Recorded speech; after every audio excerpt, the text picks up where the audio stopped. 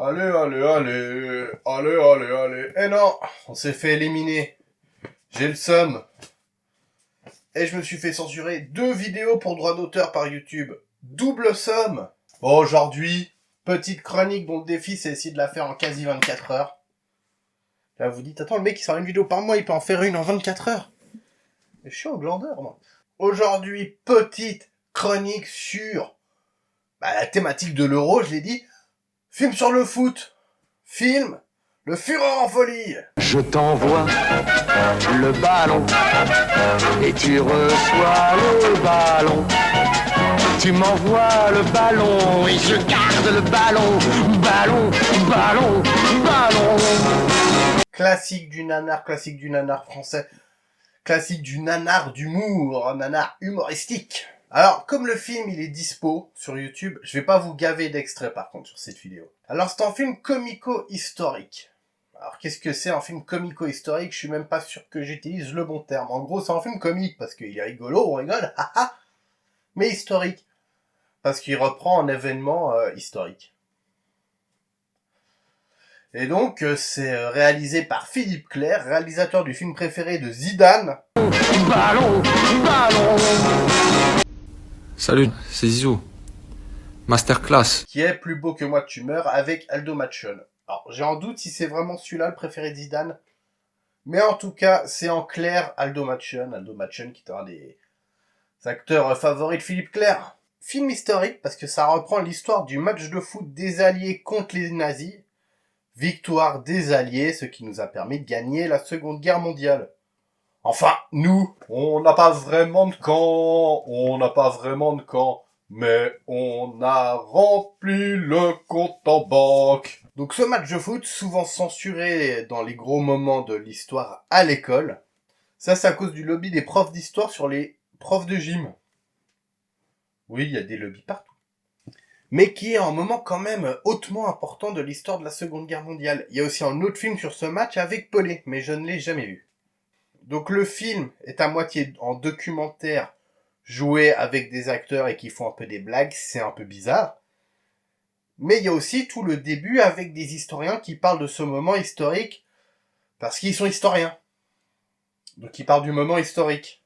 Monsieur Hartung, le Führer footballeur, pourquoi? Je vous réponds. Monsieur Kohn, von Kohn. De Kohn, c'est ça.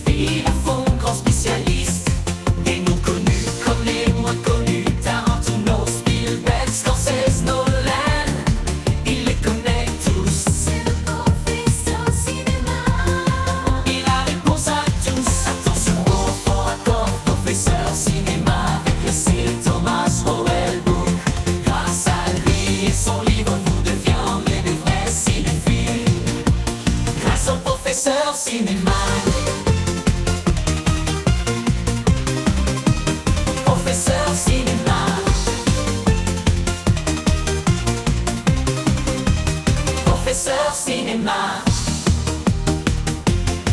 Et c'est Thomas Howell-Book. Grâce à lui et son livre, vous deviendrez des vrais cinéphiles. Grâce au professeur cinéma. Professeur cinéma. Professeur cinéma.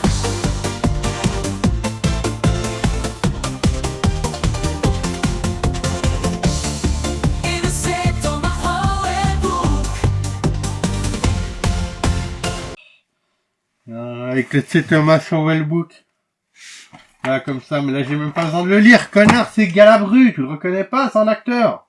C'est pas un historien, il est complètement con. Putain.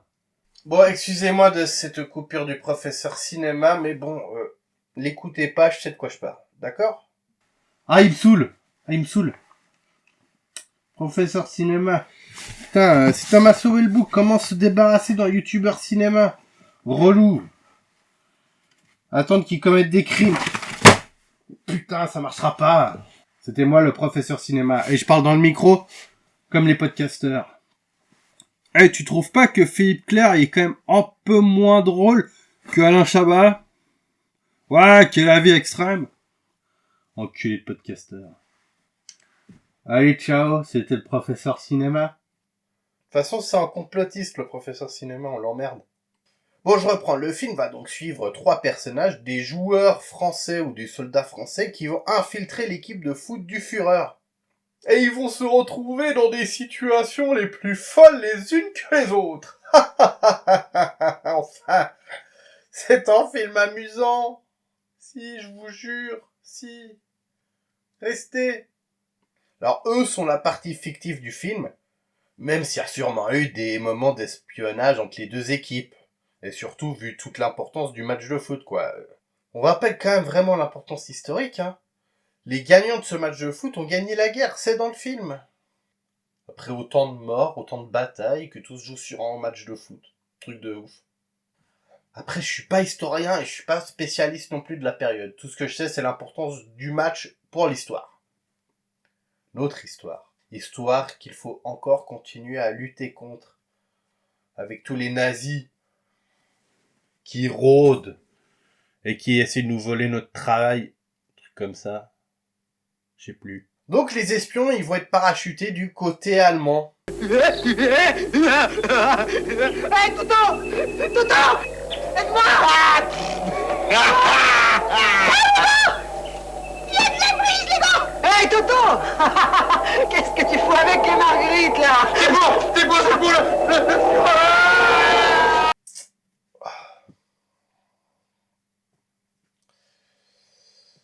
Et ils vont directement tomber sur sur des nazis, quoi.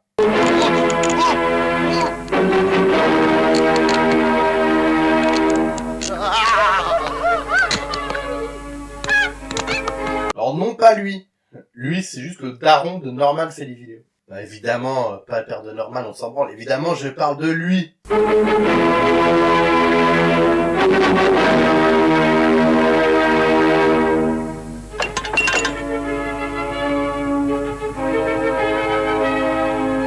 Ah yes, j'adore ce type, putain.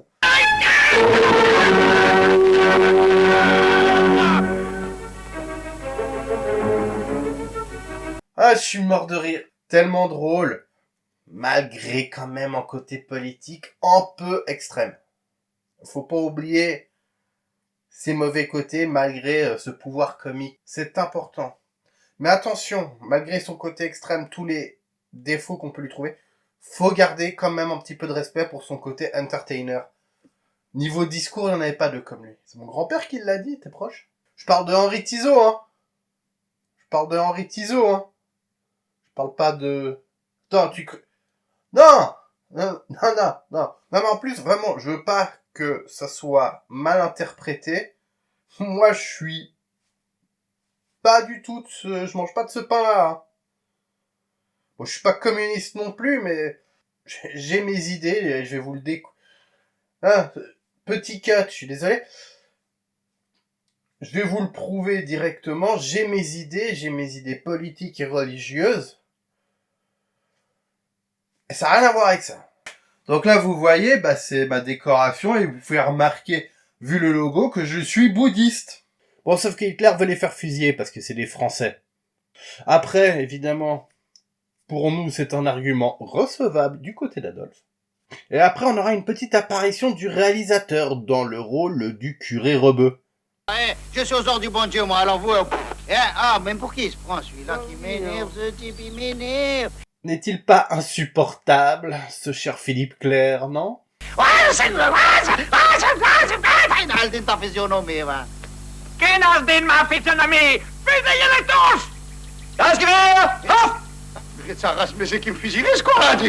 Et ils vont s'en sortir avec une technique d'autodéfense louchée pour que le tireur tire à côté. Ah, et c'est pas plus con que certains trucs de rappers que j'ai vus sur internet. Et on va s'arrêter là quelques secondes autour de Philippe Clerc. Alors Philippe Clerc, comme son nom l'indique pas, c'est un rebeu. En fait, c'est un pseudonyme. Son vrai nom, c'est donc Prosper Charles Bensoussan. Alors c'est le daron de Esteban. Alors Esteban, c'est qui? C'était le chanteur du groupe Naive New Beater. Un groupe qui a une bonne chanson. Mais elle est vraiment cool.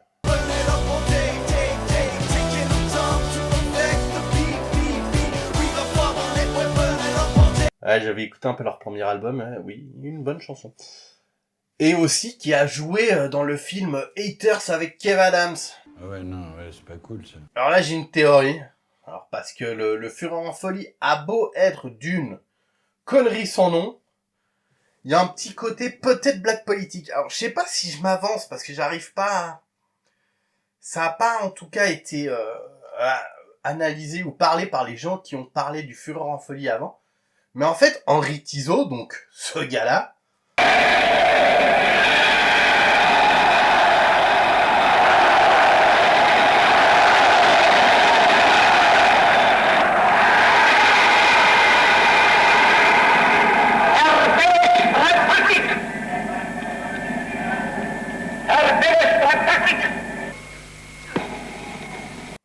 bah il est connu pour autre chose. Il est connu pour autre chose et c'est pour ça qu'il y a un petit côté peut-être brûlo-politique dans le Fureur en folie. En gros, Philippe Clerc, il va subir la censure. Alors déjà, il met en avant un style d'humour appelé judéo-arabe. Alors ça, c'est pas moi qui a trouvé le nom tout seul ou qui dit une connerie, c'est sur Wikipédia. En gros, bah on le voit dans son personnage du curé, il a vraiment ce côté avec beaucoup l'accent rebeu et tout, machin, et surtout en délire pied noir, quoi. Bah en fait, voilà, c'est un peu... Philippe Clerc, c'est un peu le premier artiste comique rebeu français. Et ce côté-là, ce côté pied noir, machin truc, ça va carrément le faire censurer. Ça va le faire censurer par De Gaulle. Alors pour moi, l'humour judéo-arabe, c'est assez simple pour moi, c'est faire ça. C'est prendre un peu l'axe. Non, toi. La vérité, voilà. Ça, pour moi, c'est l'humour judéo-arabe. C'est prendre un accent un peu fudge, tu vas faire. La vérité. Combien tu le veux, ce tissu? Et moi, ma seule référence, c'était La vérité si je mens. Voilà. Dans ce délire-là. Non, mais en vrai, tu vois, c'est l'ancêtre, le cinéma de Philippe Clerc. Donc lui, bon, ça, on s'en fout, hein. Son premier film, Des clics et des claques, et il raconte l'histoire d'un pied noir qui débarque à Paris, qui est La vérité. Je l'ai pas vu. Je déconne, j'en sais rien. Avec Annie Girardot. Mais surtout, il va faire donc un truc qui va le censurer, le foutre dans la merde. Donc il fait le chansonnier. C'est quand t'es pas assez drôle pour être stand-upper à l'époque, tu faisais des chansons, mais t'étais pas assez bon pour être un vrai chanteur, bah tu devenais chansonnier, quoi. C'est le métier des nuls. C'est ça. Non, c'est tout. Faites pas... Les mecs old school, m'emmerdez pas, c'est tout. Les chansonniers, c'est des humoristes moins drôles que les humoristes, et des moins bons chanteurs que les chanteurs. Et il va faire un truc sur la guerre. La guerre, je lis. La guerre des 6 jours.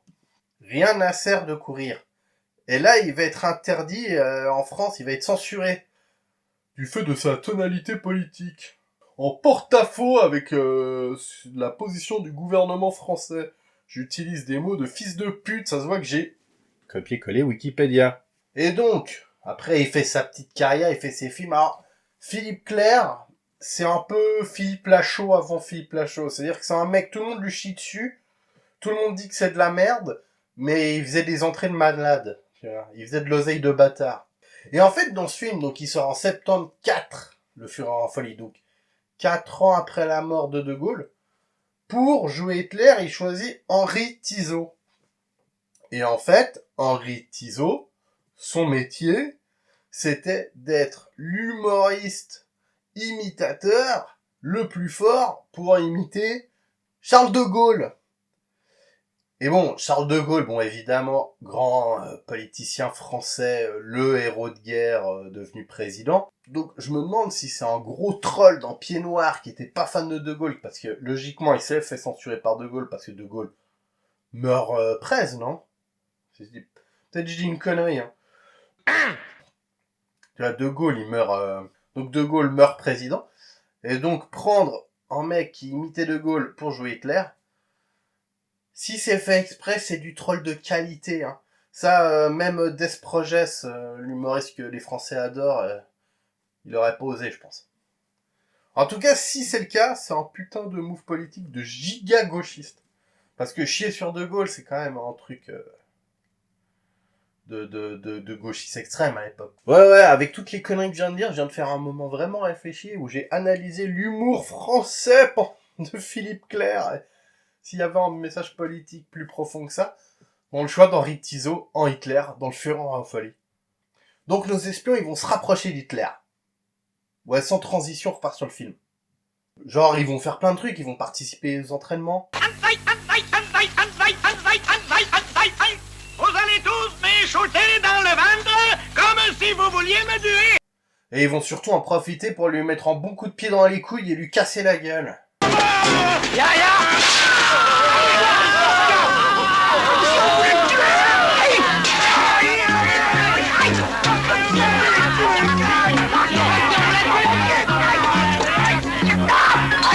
Mon pied, lâchez-vous, je me mords pas.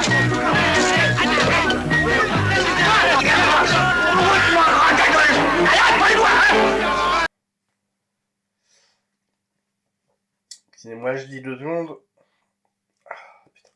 Et donc, on a la présence de l'actrice. Je me suis trompé avant de prénom. Alice Sapritch. Et donc, elle joue Eva Braun. Et elle est comme ça, dans son appart, petite masque de beauté. Sauf que bon, c'est la guerre, tout explose et elle pète un câble. Il m'énerve, celui-là avec sa gueule. Bon, on va passer quand même 30 secondes sur l'actrice. Plein de réals connus, elle a joué dans plein de réals connus. À la base, c'est quand même plus une meuf du théâtre. Elle est quand même décorée, c'est une chevalier de la Légion d'honneur. Alors que moi, j'aimerais être décoré de la Légion du chaos. Ouais. Non mais elle doit avoir les deux quand même, non? Celui-là avec sa gueule. Très chaotique là. Bon, après un petit hommage à la nouvelle extrême droite française, un petit hommage à Jordan Bardella. Sans vouloir me mêler. S'il est pédé, Bardella. Donc le film va suivre son cours, donc il y a la scène de l'opéra.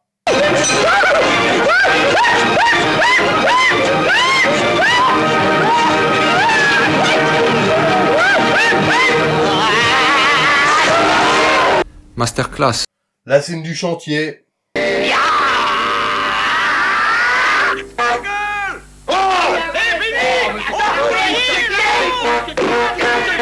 Arrêtez cette musique des sauvages.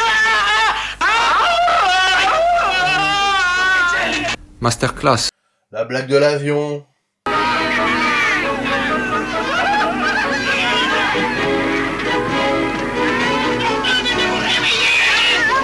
Masterclass. Et pour terminer, évidemment, sur le match de foot France-Allemagne. Enfin, les Alliés contre les nazis.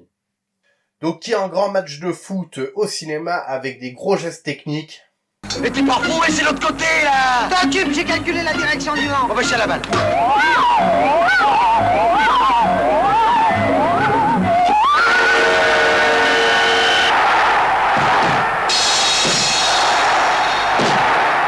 Puis de toute façon, bon, il y a trop de moments, je vous le laisse découvrir quand vous regarderez le film, quand vous tomberez sur le film. Der Großteil sur ses plaisir. La faute allemande écrase littéralement les joueurs français. Rien ne peut les arrêter. Et là, non, je cut pas, je vais essayer de faire la conclusion avec ce qui me reste de mémoire sur le téléphone. Oui, j'ai fait la blague, je sais pas si ça se verra assez. Film bruyant de ouf. Après, moi, j'ai vu les Philippe Clair, j'ai vu que les Nanarland approuvés. Je crois que je les ai pas tous vus, ceux qui sont sur Nanarland aussi. En gros, j'ai vu aussi La Grande Mafia et peut-être un autre. Ça crie, ça fait du bruit. C'est un peu comme la musique de Blood Freak, à la fin, t'en as un peu marre. Alors, soit, en fait, tu te tapes des gigabars, parce que t'as un humour pourri à la Zidane, ton pote, c'est du Gary. On oublie, hein, Zidane, super footballeur. Le mec est fan de Philippe Clair, et son meilleur pote, c'est Dugarry. Je pense que Zidane, tu lui tires sur le doigt et tu fais le bruit de pelle, le mec, il rigole pendant 25 minutes, tu vois. Mais bon, respect à Zidane. Enfin, moi, j'en ai rien à foutre. De toute façon, je vais vous dire un truc.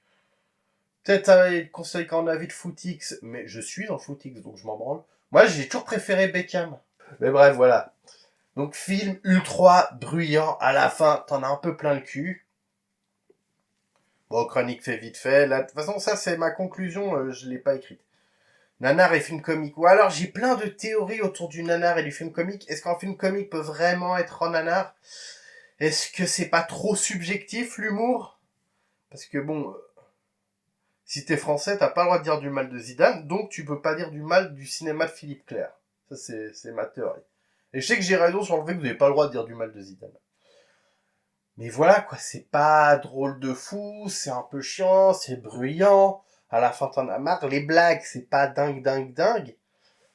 Mais l'humour est extrêmement subjectif, donc peut-être que vous allez vous taper des grosses barres premier degré. Puis bon, il y a le pouvoir comique de Hitler. De tous les dictateurs sanguinaires, Hitler, c'est quand même le plus rigolo. Et Staline, c'est pas fun de ouf, quoi. Et donc voilà, moi, je pense que Le Führer en folie est un très bon nanar. Faut quand même se mater des films comiques de nanar, même si c'est toujours compliqué. Si tu le trouves drôle, bah, c'est plus un nanar. Si tu le trouves drôle premier degré. Mais ça, j'en parlerai plus dans un autre film que j'avais chroniqué à l'ancienne, j'en parlerai en film australien. Oui. Y a pas que Mad Max, mon pote. Et voilà, c'est à peu près tout pour le Führer en folie. Hein. J'ai fait un peu le youtubeur politique, j'ai fait le youtubeur à la con. Et puis, en tout cas, on s'est bien amusé. Et puis, je veux faire vite. Je veux que cette chronique se fasse vite. En tout cas, je te remercie de m'avoir regardé, de m'avoir écouté. La vérité, c'est moi le meilleur youtubeur cinéma. Puis voilà, on finit là-dessus.